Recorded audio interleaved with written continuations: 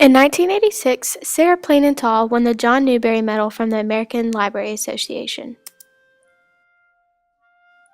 The award is represented by the gold seal you may see on the book's cover. Every year, this honor is given to the author of the most distinguished piece of children's literature from the previous year. In her acceptance speech of the award, McLaughlin told the audience that it was her mother who inspired her to write this heartwarming story. Set in the late 19th century and told from young Anna's point of view, Sarah Plainenthal tells the story of how Sarah Elizabeth Wheaton comes from Maine to the prairie to answer Papa's advertisement for a wife and mother. In the setting of the prairie, much of the land there is fairly flat. There are sprawling fields of grass that are perfect for farming corn and wheat. Patricia McLaughlin never tells the reader exactly what state the family lives in, but she provides a vivid picture of the land around the farm and how it changes with each season. She discusses the sky as well as the plants, trees, and animals that inhabit the area. In the 19th century, people traveled by wagon, and men were constantly traveling to find new land to claim territory. Women were to stay at home and take care of the children and the house. Sarah Plainenthal gives a lot of information about life on the prairie. The reader learns that this life can be lonely and the work is hard. While there are many opportunities for fun, like swimming in a cow pond and sliding down hay dunes, there are also many scary times, like moms who can't get proper medical help, and rainstorms that threaten to tear apart houses and barns. Readers learn about the culture of prairie life while falling in love with Anna, Caleb, Papa, and Sarah Plainenthal. The family uses a horse-drawn wagon to transport them from place to place. Today, most people travel by car or bus, but this method of travel was not common in the 19th century. Anna cooks meals for her family over an open fire. The same fire supplies heat to the house during the cold winter months. This is because there was no electricity back then. Anna would not have had an electric or a gas stove or an oven to cook with, and the house would not have had electric heat. The family lights oil lamps to see in the dark. No electricity meant no electric light. Jacob, Anna, and Caleb exchange handwritten letters with Sarah. The story occurs well before email existed. After Sarah arrives, she cuts the family's hair for them rather than bringing them to a barbershop or a hair salon, so the reader can guess that such places were not yet common. They all sing together for entertainment rather than watch television or movies, as many people do today. Another indication that the story takes place in the 19th century is that Caleb's mother died giving birth to him at home.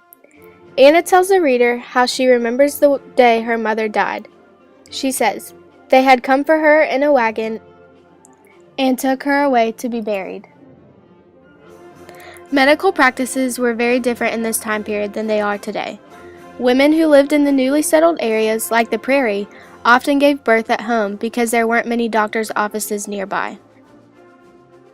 Sometimes there wasn't even a doctor, so a person called a midwife would help a woman have her baby. Today, the new medical equipment and well-trained doctors make childbirth much safer. In the 19th century, these things were not available, so if a problem occurred, the mother or baby often died. McLaughlin further establishes the 19th century rural setting by describing the daily activities of the family. Most of what they do involves maintaining the farm. Jacob plows the fields with the horse-drawn plow. He does this so that he can plant a crop that he can harvest later. The children care for the animals in the house. Anna tells the reader, "Caleb and I did our chores. We shoveled out the stalls and laid down new hay.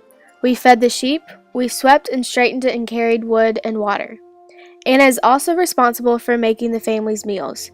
She cooks stews and breads for her brother and her father. Anna, the narrator, is about 12 years old. Her brother Caleb is several years younger. The two children live on the prairie with their father, Jacob, and their two dogs, Nick and Lottie. Anna and Caleb's mother is not present because she died as a result of giving birth to Caleb. Although she cares very much for her brother now, Anna tells the reader that she found it hard to love Caleb when he was first born. She says that he was not very pretty, smelled bad, and cried, and the worst thing about Caleb's birth was that her mother passed away the next day. Anna misses her mother and continuously tells Caleb the same stories over and over again about when he was born and what a beautiful baby their mother thought he was. Their mother used to sing all the time, and their father would sing with her. but nobody sings anymore. Anna, Caleb, and their father live out on the prairie in the days of horses and wagons, with a big barn, pastures, fields, cows, and sheep. Anna has to cook and help her father raise Caleb, who helps with the farm chores. But each of the family members feels a deep loss, and that's why Anna and Caleb are happy when their father tells them that he has put up an advertisement in the papers for a woman to come be his wife and their mother. Anna and Caleb's closest neighbor found his wife that way, all the way from Tennessee, and their father reads them the letter he received from a woman who answered his ad, a woman whose name is Sarah. They like her letter, and they each write one back to her. Caleb asks her if she can sing, and Anna asks her if she can braid hair or make stew. Sarah says she can do all these things. When she says that she will come out for a month and see how things go, everybody is happy. But they can all tell from her letters that she loves the sea where she lives in Maine, and they don't know if she will like the prairie. Sarah, when she comes, is tall, plain, and independent. She brings her cat named Seal, and she brings a piece of the sea with her for each child, a small shell for Caleb, and a perfect white stone for Anna. She teaches them to pick flowers and hang them up to dry, so they will have a little bit of summer when winter comes. She sings songs for them, she names their 3 little lambs, and their 2 dogs sleep in her room. Everyone loves her, and they hope she will want to stay. But she misses the sea. How can the prairie ever compare to the sea? Will Sarah decide to stay there with them, or will she drive into a town and buy a ticket to Maine? Read Sarah Plain and Tall to find out.